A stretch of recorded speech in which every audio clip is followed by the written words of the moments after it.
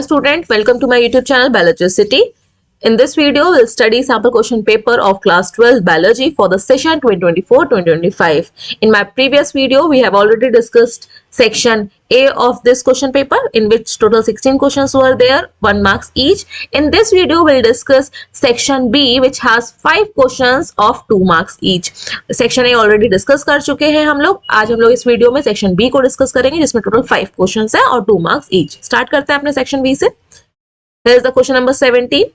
Attempt either option A और B. दो question दिए गए हैं 17 में, या तो आप A को अटेम्प्ट करिए या फिर B को अटेम्प्ट करिए. तो हम लोग को डिस्कस तो दोनों ही करने हैं. तो स्टार्ट करते हैं सेक्शन 17 के A पार्ट से.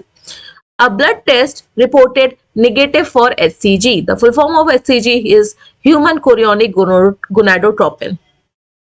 Human chorionic gonadotropin. ये हार्मोन का फुल फॉर्म है. क्वेश्चन क्या पूछ रहा है?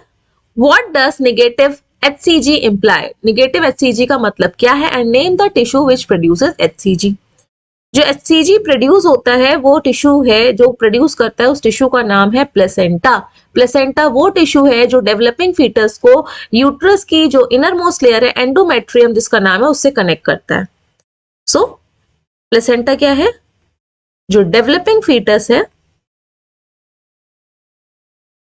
फीटस जो डेवलपिंग बेबी है, इसको कनेक्ट करने का काम करेगा किससे? Endometrium of uterus. Endometrium of uterus. तो भाई प्लेसेंटा तो तभी होगा जब प्रेगनेंसी होगी. तो नेगेटिव अगर आ गया, एचसीजी है ही नहीं ब्लड टेस्ट में, रिपोर्ट में, तो इसका मतलब है कि जो फीमेल है वो प्रेग्नेंट नहीं है. आंसर क्या हो जाएगा? इसका मतलब है फीमेल प्रेग्नेंट नहीं, और ये इसका दूसरे का आंसर होगा the tissue which produces HCG is placenta. Next 17 के ए पार्ट के सेकंड क्वेश्चन को रीड करते हैं हम लोग. Second, here if a blood test reported positive, अगर blood test positive हो गया that means जो female हो pregnant है for HCG in a person, then which other hormone would also be secreted by the tissue? तो उस tissue से जो प्लेसेंटा है उससे दूसरा हार्मोन भी सिक्रेट होते हैं. तो किसी भी एक हार्मोन का नाम देना है. तो जो एंडोमेट्रियम है, एंडोमेट्रियम बना लेते हैं यहाँ पे एंडोमेट्रियम को एक बार साइड में, यूट्रस को पूरा लाइक दिस, कुछ इस तरह से. यूट्रस, ये ओवरी अटैच्ड होगी यहाँ से. ये इनर मोस्ट जो लेयर होती है it is known as endometrium, जो बहुत रफली होती है, रफ होगी, हाईली वेस्कुलराइज्ड होगी. इसको मेंटेन करने के लिए, इस लेयर को, जो ये इनर मोस्ट लेयर है, इसको मेंटेन रखने के लिए जब तक प्रेगनेंसी है तब तक ये मेंटेन रहेगी, शेड ऑफ नहीं होगी. ठीक है, मेंस्ट्रुएशन नहीं होगा. तो ये जो प्लेसेंटा है itself secrete one hormone which is known as progesterone. Progesterone भी सिक्रीट करेगा. And progesterone is required for maintaining endometrium throughout the pregnancy. Pregnancy के टाइम पे, पूरे प्रेगनेंसी के टाइम पे endometrium shed off now maintain रहे. वो एक हार्मोन है जो रिस्पॉन्सिबल है, जो उसको मेंटेन करने के रोल प्ले करता है. It is known as progesterone. तो progesterone is also released by corpus luteum जो कि ओवरी के अंदर है, एज वेल एज जहां से ये डेवलपिंग फीटस अटैच होगा, ये यहाँ पे डेवलप हो रहा है फीटस, ये जो अटैचमेंट वाला पॉइंट है प्लेसेंटा से भी आपका प्रोजेस्टेरॉन सिक्रीट होगा. सो यहाँ पे आंसर देख लेते हैं. आंसर क्या है? A negative human chorionic gonadotropin blood test result usually means that a person is not pregnant. person pregnant नहीं, and the जो structure है उसका नाम है placenta that produces HCG. Placenta से जो दूसरा हार्मोन सिक्रेट होता है उसका नाम है progesterone which is required for maintaining pregnancy. Moving to the B part of 17 question जो कि ऑप्शन में था. B पार्ट में अब को स्टडी करते हैं. बी का फर्स्ट है the human male ejaculate 200 to 300 million sperm during coitus. Coitus के टाइम पे जो ह्यूमन मेल है वो अप्रोक्सीमेटली 200 to 300 स्पर्म को रिलीज करते हैं. However ovum is fertilised by only one sperm. Ovum पे जो फर्टिलाइज होता है वो सिर्फ सिंगल स्पर्म से फर्टिलाइज करता है. How does the ovum block the entry of additional sperm. इतने सारे स्पर्म है, अगर एक स्पर्म फर्टिलाइज हो जाता है तो ओवम उसकी एंट्री को कैसे ब्लॉक करता है बाकी के स्पर्म के लिए? तो जो जोना पेलुसिडा है, जोना पेलुसिडा जो कि मेम्ब्रेन है ओवम की, आउटर मेम्ब्रेन है ओवम की, आउटर मेम्ब्रेन है ओवम की।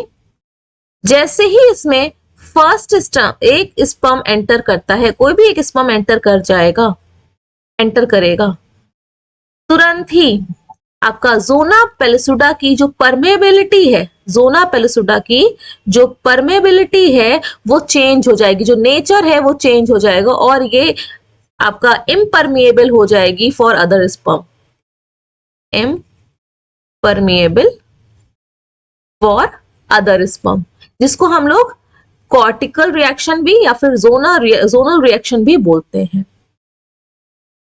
आंसर देख लेते हैं इसका।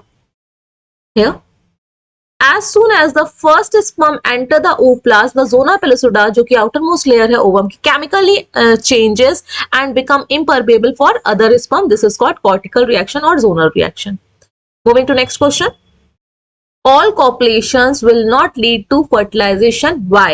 जितने भी population होते हैं जरूर नहीं है सबके केस में आपका fertilization हो ही। Copulation means the entry of male reproductive part into the female reproductive part and the release of sperm is known as copulation. तो जरूरी नहीं है कि जो हर बार copulation हो रहा है वहां पे fertilization हो। As we know that in menstrual cycle ये जो 14th डे होता है, जब भी स्टार्ट होती है मेंस्ट्रुएशन के बाद जो 14th डे होता है, जो आपका ब्लीडिंग फेज के बाद, तब उसके 14th डे पे ओवम रिलीज होता है और ओवम किसी का वेट नहीं करता। ओवम जैसे ही रिलीज होता है ओवरी से वो फेलोपियन ट्यूब में एंटर कर जाएगा। फेलोपियन ट्यूब में एक जो कनेक्टिंग लिंक होता है एम्पुला इस्थमस जंक्शन, वहां पे अगर ओवम पहुंचा, अगर स्पर्म आ गया तो फर्टिलाइज हो जाएगा, अगर स्पर्म नहीं है तो ओवम वेट नहीं करेगा, वो आगे बढ़ के और डीजनरेट हो जाएगा।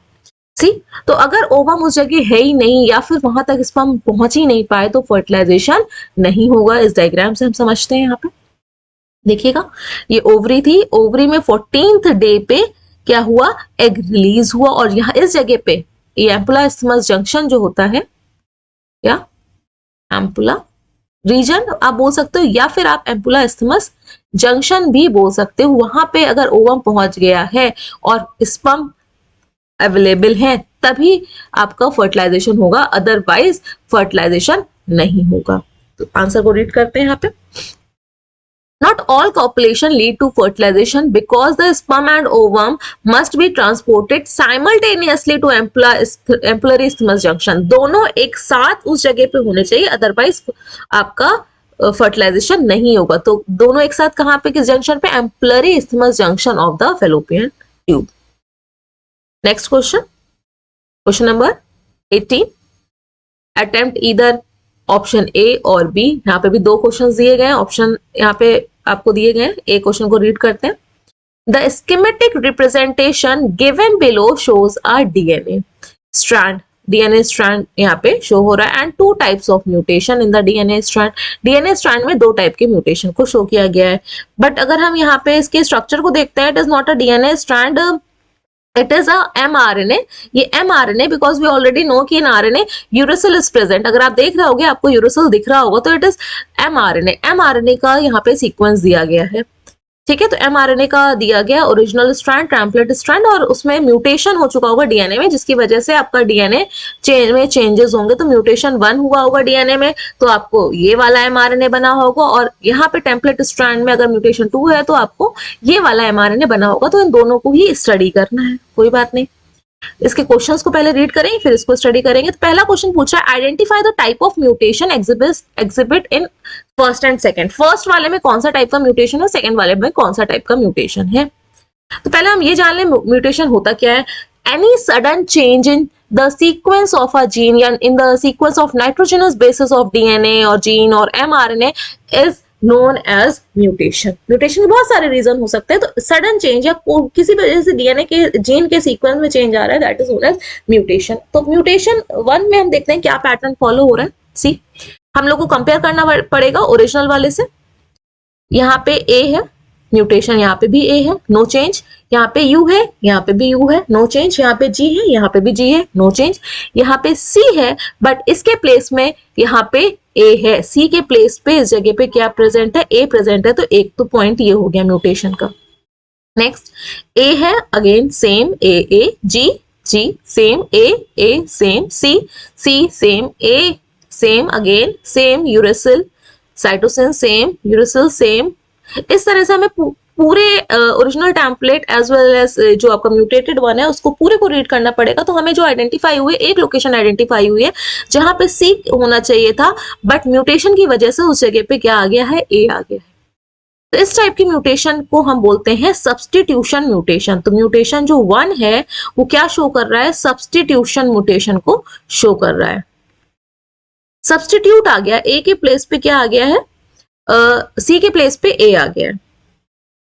अगर हम म्यूटेशन सेकंड को स्टडी करेंगे सेम मैनर में, सी, तो म्यूटेशन सेकंड में आप देख रहे होगे लास्ट ब्लॉक एम्प्टी है। ओरिजिनल वाले में ये वाला जो यहाँ पे प्लेस में जी है, यहाँ पे लेकिन वैकेंट है।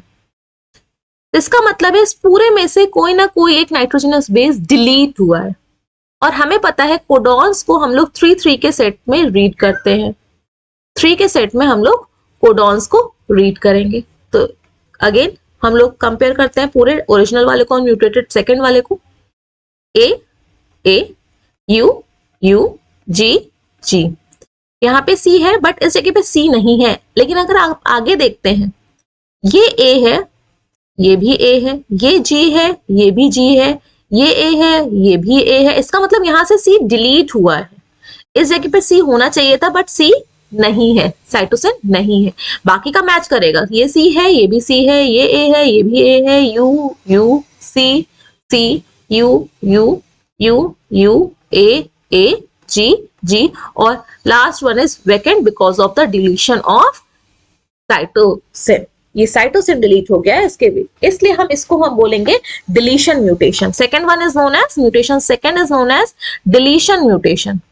और डिलीशन म्यूटेशन की वजह से जो रीडिंग फ्रेम है, 3 के सेट में हमें रीड करना था, पहला ए यू जी था, फिर आपका होना चाहिए था सी ए जी बट बन गया ए जी ए, फिर होना चाहिए था ए सी ए बट बन गया सी ए यू, फिर होना चाहिए था यू सी यू फिर बन गया सी यू यू, यू ए जी होना चाहिए था लास्ट में बट ए जी ही रह गया। तो डिलीशन होने की वजह से रीडिंग फ्रेम में शिफ्ट आता है, इसलिए हम इसको बोलते हैं फ्रेम शिफ्ट म्यूटेशन। ठीक है, फ्रेम शिफ्ट म्यूटेशन। तो ये दोनों म्यूटेशन हो गए, हमारे आंसर्स मिल गए आपको। फर्स्ट वाला सब्स्टिट्यूशन म्यूटेशन है और सेकंड वाला डिलीशन म्यूटेशन है, जिसको कि आप फ्रेम शिफ्ट म्यूटेशन भी बोलते हैं। सेकंड क्वेश्चन इसी को रीड करते हैं, which of the above mutation is more harmful and give reason. इन दोनों में से आपको म्यूटेशन 1 ज्यादा हार्मफुल लग रहा है कि म्यूटेशन 2 ज्यादा हार्मफुल लग रहा है। तो अगेन हमें पता है कि जो आपका mRNA है वो किसके लिए रिस्पॉन्सिबल होता है, अमीनो एसिड सीक्वेंस के लिए। तो नीचे अमीनो एसिड का सीक्वेंस दिया गया है, पहला मेथियोनिन अमीनो एसिड, फिर glycine, then threonine, serine and then stop codon. तो देखिएगा किसमें ज्यादा मैच हो रहा है, मेथियोनिन मेथियोनिन, यहाँ पे ग्लाइसिन होना चाहिए था बट क्या है, लाइसिन प्रेजेंट है। बाकी का आपका पूरा मैच हो रहा है ये। अब हम सेकेंड वाली म्यूटेशन से जब कंपेयर करेंगे, ये मैच हुआ बट उसके बाद वाला अगर फर्स्ट वहां पे ग्लाइसिन होना चाहिए, ये मैच नहीं हुआ, ये भी मैच नहीं हुआ और ये भी मैच नहीं हुआ। तो सबसे ज्यादा अल्टर कौन सा हुआ, सेकेंड वाले से ज्यादा डिस्टर्बेंस हुआ। तो जो आपका हार्मफुल है वो कौन सा वाला ज्यादा हार्मफुल है, सेकेंड वन ज्यादा हार्मफुल है, क्योंकि यहाँ पे एक से ज्यादा एमिनो एसिड इफेक्ट हो रहे हैं। यहाँ इस वाले में सिर्फ एक एमिनो एसिड इफेक्ट हुआ है, बाकी सब कुछ क्या है, सेम है। तो इसलिए ये लेस हार्मफुल है देन द सेकेंड वन। तो रीड कर लेते हैं आंसर्स को। फर्स्ट वाले में सी के प्लेस पे ए आ गया था, जिसको कि हम पॉइंट म्यूटेशन बोलते हैं। पॉइंट एक पॉइंट पे चेंज हो रहा है, हाँ इसको पॉइंट म्यूटेशन ही बोलते हैं। और पॉइंट एक ही पॉइंट पे चेंज हो रहा है और सब्स्टिट्यूट हो रहा है सी की प्लेस पे ए, तो सब्स्टिट्यूशन म्यूटेशन बोलते हैं। और सब्स्टिट्यूशन में भी 2 तरह के होते हैं, ट्रांसवर्जन एंड ट्रांजिशन। ट्रांसवर्जन के केस में क्या होता है, जब प्यूरिन पिरिमिडिन से इंटरचेंज होगा या पिरिमिडिन प्यूरिन से होगा तब हम उसको ट्रांसवर्जन बोलते हैं।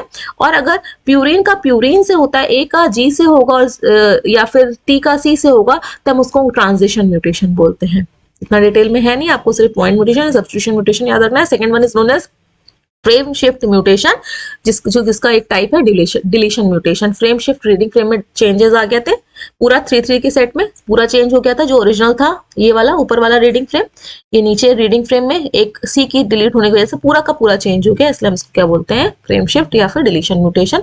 इसी का जो सेकंड क्वेश्चन दिया गया था, which of the above mutation is more harmful, give reason. Second one बहुत ज्यादा हार्मफुल है क्योंकि इसमें 3 आपके अमीनो एसिड के सीक्वेंस चेंज हो गए। It is extremely likely to lead to a large scale change to a polypeptide length. Polypeptide length का मतलब है अमीनो एसिड की जो चेन है, अमीनो एसिड की जो चेन है उसमें बहुत ज्यादा चेंजेस आ सकता है। And chemical composition resulting in non functional protein, और ये कर सकता है जो प्रोटीन बना है वो नॉन फंक्शनल होगा, that often disturb the biochemical process of a cell, क्योंकि भैया वो जो प्रोटीन बन रहा होगा सेल को कोई ना कोई तो काम कर ही रहा होगा, तो उसके काम को अफेक्ट करेगा। And incorrect amino acid are inserted, क्योंकि वहां पे इनकरेक्ट एमिनो एसिड इंसर्ट हो चुके हैं, जिसकी वजह से वहां पे प्री मैच्योर टर्मिनेशन भी हो सकता है, क्योंकि वहां पे नॉनसेंस कोडॉन भी आ सकते हैं।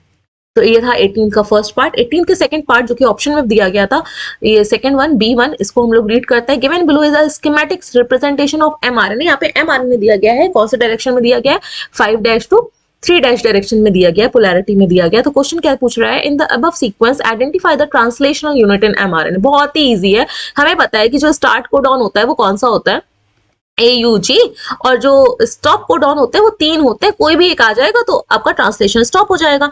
वो कौन कौन से हैं, UAA, UAG एंड UGA। तो देखिए यहाँ पे स्टार्ट कोडॉन कहाँ है, AUG कहाँ पे है, AUG हम लोग चेक करते हैं, AGG नहीं है, AGG नहीं है, UAU नहीं है, GAU नहीं है। एक सेकेंड, सॉरी एक चीज गड़बड़ हो गई। सी,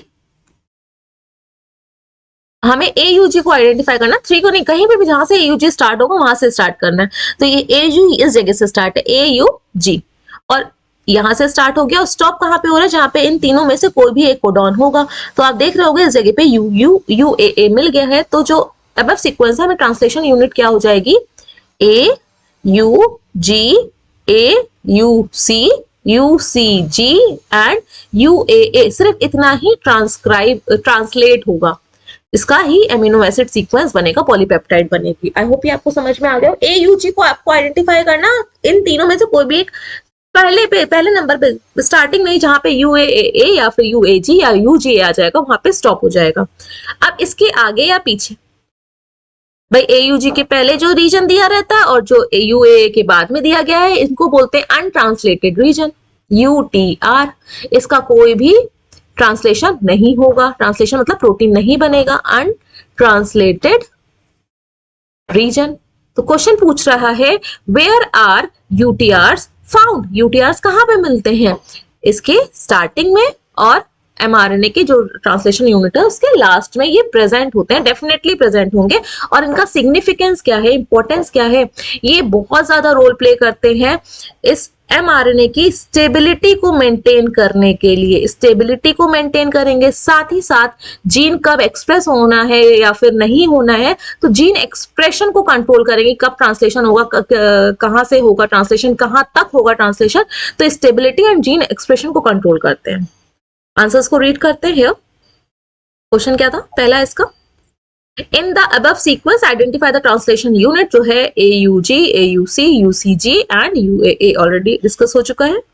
next, where are UTR found, UTR found at both 5' end पे भी पाए गए हैं एंड 3' एंड पे भी पाए गए हैं, at the before the start codon and at the 3' and after the stop codon. इनका सिग्निफिकेंस क्या है उसको रीड करते हैं।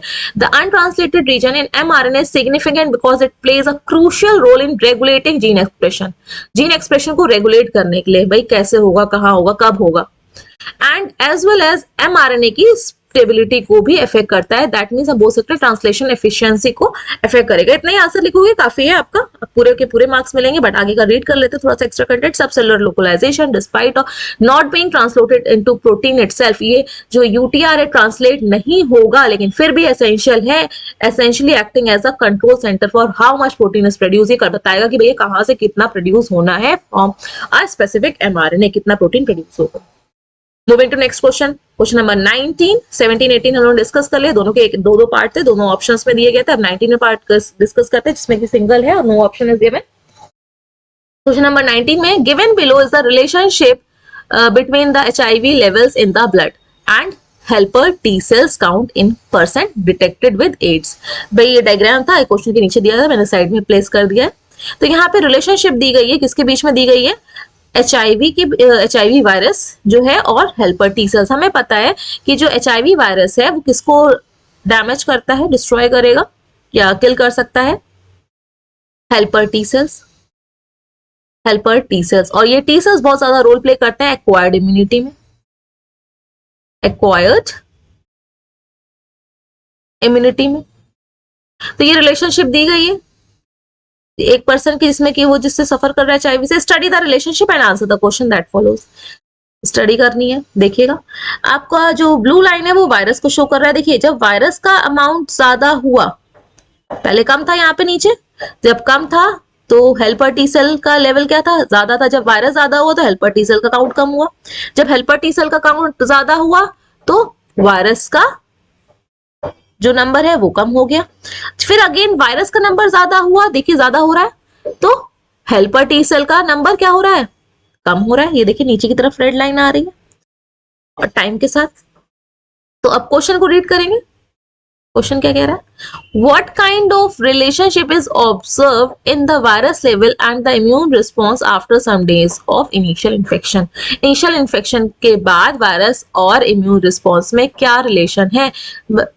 आंसर क्या होगा, क्योंकि ये एचआईवी वायरस उस पर्सन में मल्टीप्लाई करेगा तो हेल्पर टी सेल को क्या करेगा, किल कर देगा।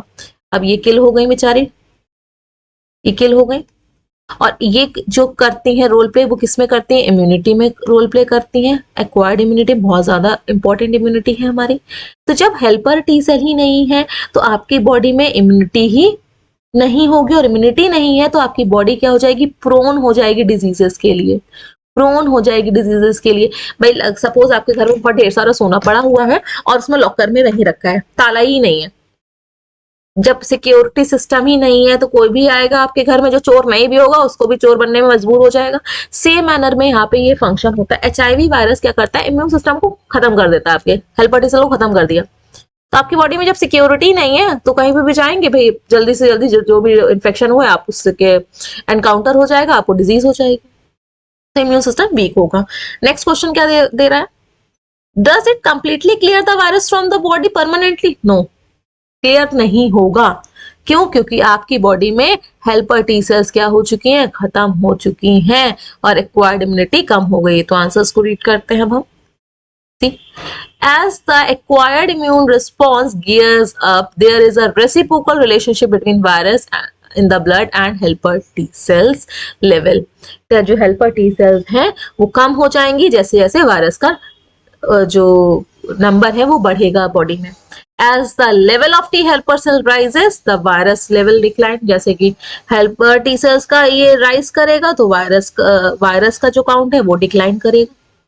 ये क्वेश्चन नंबर ए का आंसर है। बी का देखते हैं, does it completely clear the virus from the body permanently. No, several years later if untreated HIV patient will lose the acquired immune response including the ability to make antibody भी नहीं बना पाएगा। gradually HIV enters the helper T lymphocyte leading to progressively decrease in their number में क्या हो जाएगा, कमी आ जाएगी। जो बच्चे जो विजुअली इम्पेयर्ड स्टूडेंट होते हैं, जिनको देखने में प्रॉब्लम होती है, उनके लिए क्वेश्चन नंबर 19 में दूसरा ऑप्शन दिया गया है कि वो डायग्राम अगर नहीं देख पा रहे हैं तो क्या दिया गया, right the sequence of event that occur when retrovirus enters the human being causing reduction in helper T cells. मतलब कि एचआईवी की लाइफ साइकिल पूछी गई है, ह्यूमन इम्यूनोडेफिशिएंसी वायरस की क्या पूछी गई है, लाइफ साइकिल पूछी गई है। तो आप कोई भी वायरस, और ये रेट्रोवायरस है, दैट मीन्स इसका जो जेनेटिक मटेरियल है वो क्या है, आरएनए है। जेनेटिक मटेरियल आरएनए है और कोटिंग को क्या बोलते हैं हम लोग, कैप्सिड। तो यहाँ पे सारे स्टेप्स को रीड कर लेते हैं एक बार। तो सबसे पहले क्या करता है, जो भी वायरस होता है बाइंड करता है जो भी सेल को इन्फेक्ट करता है उसकी मेम्ब्रेन से बाइंड करने के बाद उसकी मेम्ब्रेन से क्या हो जाता है, फ्यूज कर जाता है, जिसकी वजह से जो एचआईवी का आरएनए है, जेनेटिक मटेरियल है, वो अंदर एंटर कर जाएगा। जैसे ही आरएनए अंदर एंटर करेगा तो रिवर्स ट्रांसक्रिप्शन होगा, आरएनए से डीएनए की कॉपी बनेगी, और फिर जैसे ही डीएनए साइटोप्लाज्म में बन जाएगा उस सेल के, तो वो डीएनए एंटर कर जाएगा न्यूक्लियस के अंदर और अपने आप को इंटीग्रेट कर देगा होस्ट के डीएनए से, जिसके अंदर वो एंटर किया है। होस्ट के डीएनए में भाई जब होस्ट का डीएनए रेप्लिकेट करेगा तो वायरस का डीएनए भी रेप्लिकेट करेगा। फिर उसके बाद जब होस्ट का डीएनए का ट्रांसलेशन होगा तो वायरस के डीएनए का भी ट्रांसलेशन होगा, प्रोटीन्स बनेंगे एचआईवी के, आरएनए बनेगा, और वो सारा कुछ एक साथ असेंबल हो जाएगा, नया वायरस के पार्टिकल्स बनेंगे और वो बड ऑफ होके टूट के सेल से बाहर निकल रहे होंगे। तो इसके आपको मेजर स्टेप्स याद रखने हैं, जो 7 स्टेप्स हैं ये याद रखिएगा। एक एक लाइन में आंसर है, बहुत ही इजी है।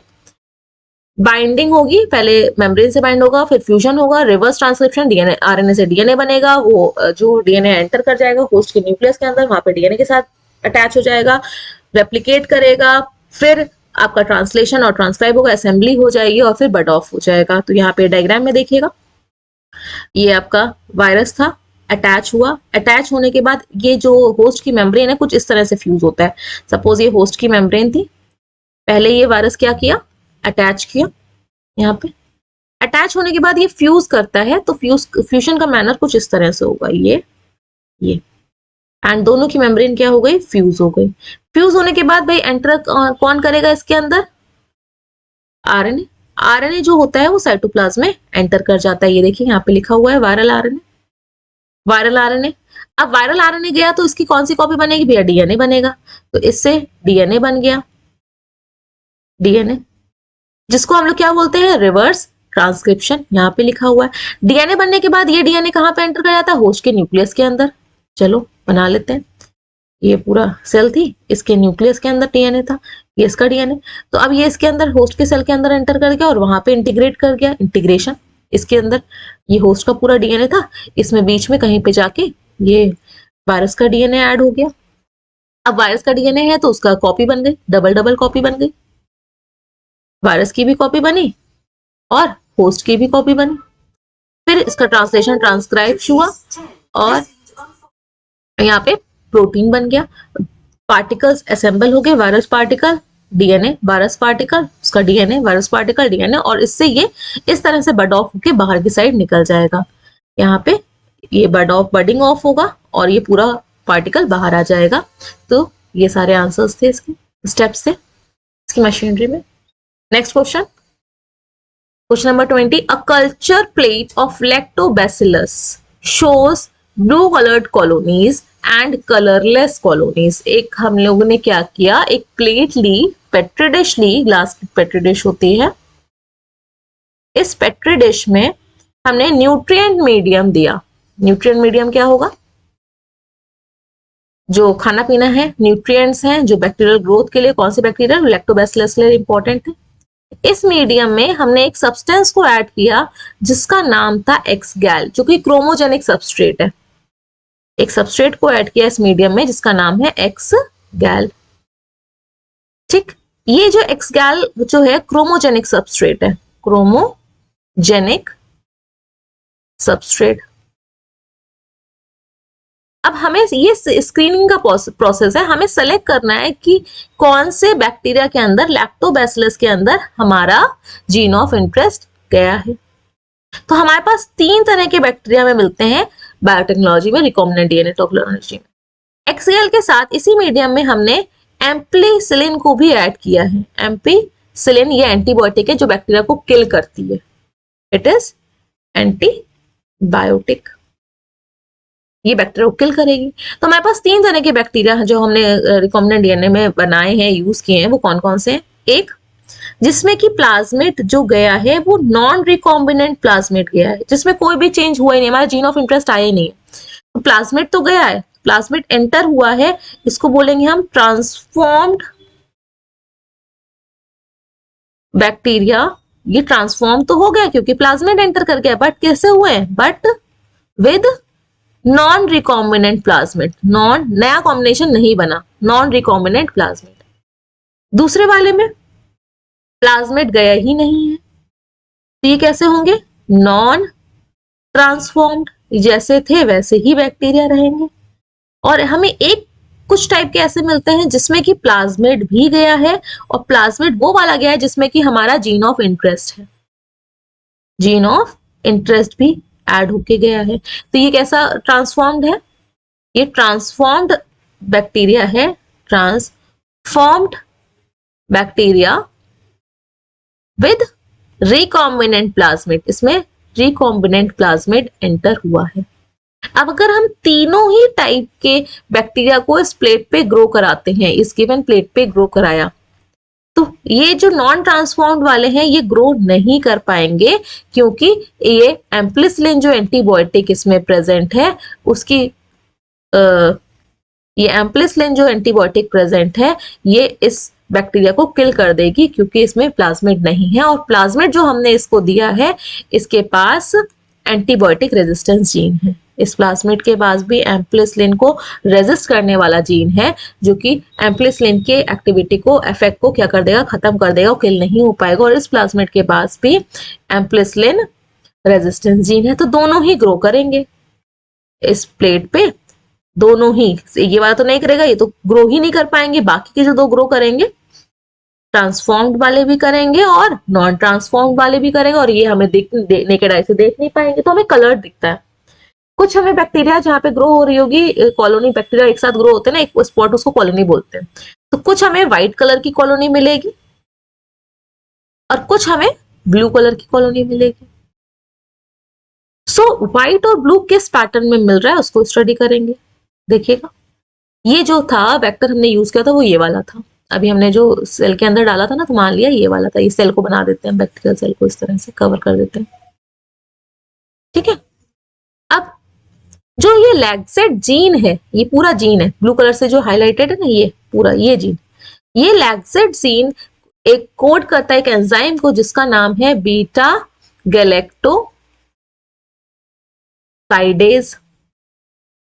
ये बीटा गैलेक्टोसाइडेज किसको डाइजेस्ट करता है, जो अभी हमने ऐड किया था ना यहाँ पे एक्सगैल, ये देखिएगा, ये जो हमने एक्सगैल को ऐड किया है इस जगह, इसको डाइजेस्ट करेगा। और ये क्रोमोजेनिक सबस्ट्रेट है, तो जैसे ही बीटा गैलेक्टोसाइडेज एक्सगैल को डाइजेस्ट करता है और ये प्रोड्यूस करेगा ब्लू कलर को, ब्लू कलर वहां पे शो हो जाएगा। और एम्पलिसिलिन तो इसलिए यहाँ पे डाल दिया गया कि भाई जिसके अंदर प्लाज्मिड गया वो वाली सिर्फ सेल सर्वाइव करेगी। तो आप यहाँ पे देखिएगा फिर से डायग्राम में कि ये लैक्सेट जीन के बीच में ही मल्टीपल क्लोनिंग साइट दी रखी गई है। अगर हमारा जो जीन ऑफ इंटरेस्ट है वो इसके बीच में एंटर लग जाता है, जीन ऑफ इंटरेस्ट इतने में लग गया, जीन ऑफ इंटरेस्ट आ गया, तो लैक्सेट जीन है जो क्या हो जाएगा, ब्रेक हो गया। लैक्सेट जीन क्या हो गया, ब्रेक हो गया, आधा पार्ट ऊपर रह गया और आधा पार्ट नीचे रह गया। तो लैक्सेट जीन क्या नहीं बनाएगा, beta galactosidase enzyme, beta galactosidase enzyme नहीं बनाएगा। और जब ये एंजाइम नहीं बनेगा तो एक्सगैल जो था, जो मीडियम में हमने यूज किया था, वो भी डाइजेस्ट नहीं होगा।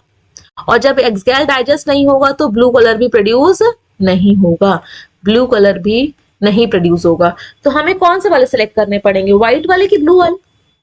ऑब्वियस है कि व्हाइट वाले को सिलेक्ट करेंगे, क्योंकि व्हाइट वालों में हमारा ये बीच में जीन ऑफ इंटरेस्ट तो एंटर कर गया ना, हमें एक्सगैल से मतलब ही नहीं था, ये तो हमने स्क्रीनिंग के लिए लगा दिया गया था कि भाई जिसमें एंटर नहीं किया होगा हमारा जीन ऑफ इंटरेस्ट, वहां पे ये लैक्सेट जीन क्या हो रहा होगा, एक्सप्रेस हो रहा होगा, बीटा गैलेक्टोसाइडेज बन रहा होगा, बीटा गैलेक्टोसाइडेज बन रहा होगा। तो क्योंकि हमें वहां पे जीन ऑफ इंटरेस्ट नहीं था, लेकिन जिसके बीच में हमारा जीन ऑफ इंटरेस्ट आ गया तो ये नहीं बनेगा और ये नहीं बनेगा, तो एक्सगैल डाइजेस्ट नहीं होगा, और एक्सगैल डाइजेस्ट नहीं होगा तो ब्लू कलर नहीं शो होगा। तो इसकी वजह से ये जीन ऑफ इंटरेस्ट जो एंटर हो गया है लैक्सेट जीन के बीच में, तो ये जो ये जीन है ये इनएक्टिवेट हो गया है, जिसको हम बोलते हैं इंसर्शनल इनएक्टिवेशन। बट क्योंकि यहाँ पे क्रोमोजेनिक सबस्ट्रेट को यूज कर रहे हैं तो सिंगल स्टेप में हम लोग स्क्रीनिंग कर लेते हैं।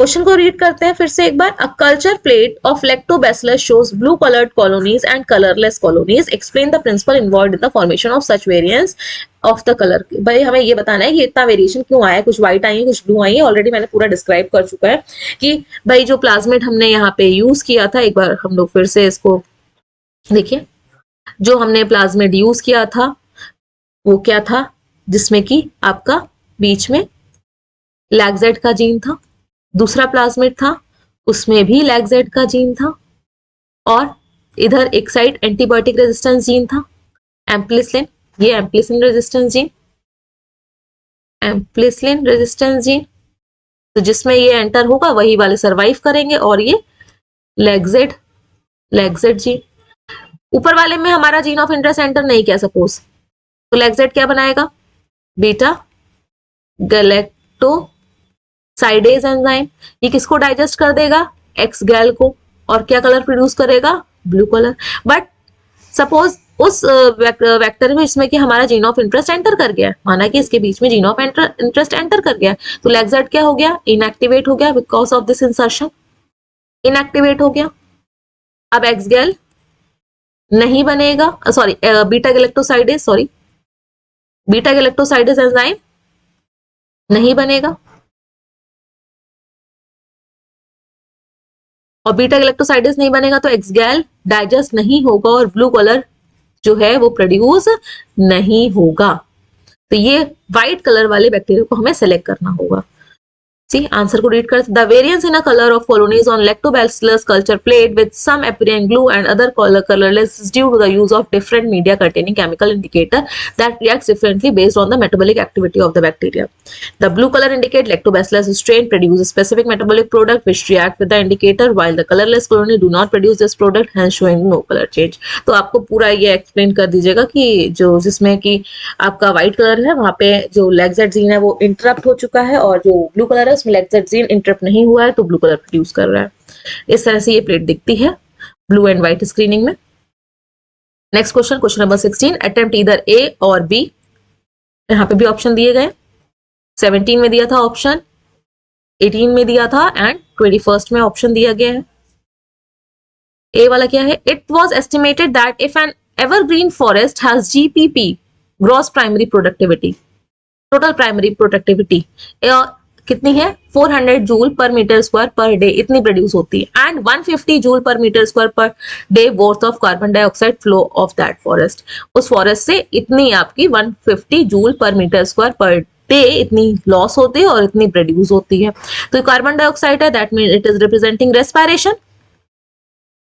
सो पूछा क्या गया है, what is the NPP in that forest. NPP मतलब net primary productivity, NPP is equals to total GPP minus R respiratory.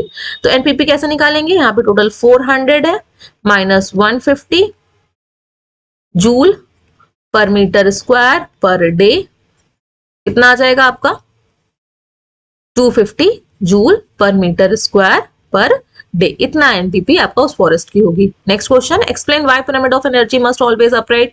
बहुत ही इजी क्वेश्चन है, क्योंकि हमें पता है कि हर एक ट्रॉफिक लेवल से दूसरी ट्रॉफिक लेवल में जो एनर्जी ट्रांसफर होती है वो सिर्फ 10% एनर्जी ट्रांसफर होती है। ईच ट्रॉफिक लेवल में 90% जो एनर्जी है वो लॉस हो जाती है, जिसको हम लोग क्या बोलते हैं 10% एनर्जी लॉ। कभी भी एनर्जी बढ़ती नहीं है, इसलिए हमेशा पिरामिड ऑफ एनर्जी अपराइट ही होगा, हर एक ट्रॉफिक लेवल में एनर्जी कम होगी। आंसर्स को रीड कर लेते हैं। First, NPP is equal to GPP minus R, NPP 400 minus 150 250 joule per metre square per day. Second question है, pyramid of energy is always upright as energy flows from one trophic level to the next trophic level. Some amount of energy is always lost in each trophic level in the form of heat.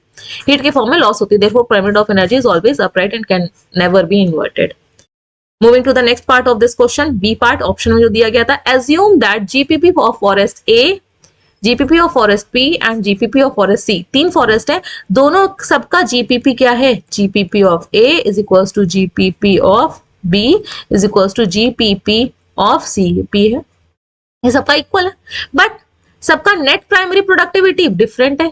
एक का 1254 joule per metre square per day है, दूसरे का आपका है 2157 joule per metre square per day है, और तीसरे फॉरेस्ट का है 779 joule per metre square per day. तो सबसे कम किसकी है, सबसे कम सी की है, उसके बाद ए की है, उसके बाद बी की है। तो सबसे कम जी सी की है, दैट मींस जीपीपी सबका टोटल जितना बन रहा है, प्रोड्यूस हो रहा है, प्रोडक्टिविटी हर एक फॉरेस्ट में हो रही है, वो तो सेम हो रही है, बट जो बच रही है पर डे में जितनी बचती है, प्रोडक्टिविटी सेम थी, बच रही है वो सबसे कम किसमें वो बच रही है, फॉरेस्ट सी में। इसका मतलब रेस्पिरेशन रेट किसमें ज्यादा है, सी वाले में रेस्पिरेशन रेट ज्यादा है, जिसकी वजह से प्रोडक्टिविटी सबकी सेम थी, बट जो बचती है वो सबसे कम सी वाले में बच रही है, क्योंकि रेस्पिरेशन रेट ज्यादा है। तो पूछा क्या गया है, देखते हैं। Which of these forest has maximum energy loss by respiration? सी वाले फॉरेस्ट का मैक्सिमम रेस्पिरेशन लॉस है, क्योंकि सबसे कम एनपीपी किसकी है, सी की है। ठीक, आंसर्स को रीड करते हैं।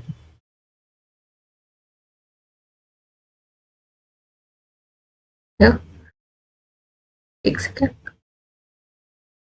ये रहा, this may if GPP is equals, then we can manipulate the NPP equation. NPP is equals to GPP minus R. So respiration of plant and GPP minus NPP. So this means the smallest NPP correspond to largest respiration, forest C. ये था आपका next part of this question. Draw an ecological pyramid of number of the following food chain. यहाँ पे pyramid of number बताना है कि कितना number सबसे ज्यादा होता है। बहुत ही इजी क्वेश्चन है। हमें पता है ग्रास सबसे ज्यादा ही होती है, तो ग्रास को का हम लोग ने सबसे पहले बना लिया, ये ग्रास हो गई। उसके बाद एनिमल उससे कम होते हैं, एनिमल बना लिया। लेकिन एनिमल के ऊपर जो फ्ली है, जो जुए टाइप के कीड़े होते हैं, वो फ्ली है वो ज्यादा होती है, तो इस तरह से ये आपका बनेगा। तो ग्रास का सबसे बड़ा रेक्टेंगल, इसको थोड़ा सा और इंक्रीज कर लेते हैं। उसके बाद एनिमल का, और फिर grass, animal and flea. Same manner में अगर नंबर हम देखते हैं किसका, ट्री का, तो ट्री सिंगल है, ट्री आपका सिंगल है। इंसेक्ट ट्री के ऊपर बहुत ज्यादा है, और जो वुड पेकर है ट्री पे, इंसेक्ट तो ज्यादा होंगे लेकिन वुड पेकर क्या होंगी, कम होंगी, लेकिन ट्री से तो ज्यादा होंगी, तो इस तरह से बनेगा। तो ये आपका ग्राफ है। सी देखते हैं, ग्रास सबसे ज्यादा, एनिमल उससे कम, और एनिमल के ऊपर जो छोटे छोटे कीड़े हैं उनका फ्ली उससे ज्यादा है, बट ग्रास से ज्यादा नहीं होगा। तो ये आप देखिएगा कि ये देखिए, ये लाइन में ग्रास का ये लाइन सीधी मैच नहीं हो रही है, ग्रास से कम होनी चाहिए। सेम मैनर में अगर ट्री देखते हैं तो ट्री सिंगल है, ट्री के ऊपर इंसेक्ट ज्यादा है, लेकिन वुड पेकर क्या होते हैं, वो कम होगी, लेकिन ट्री से तो ज्यादा होगी। तो इस तरह से आपका पिरामिड बनेगा। तो ये है आपका सेक्शन बी के बारे में। नेक्स्ट वीडियो हम लोग सेक्शन सी को स्टडी करेंगे।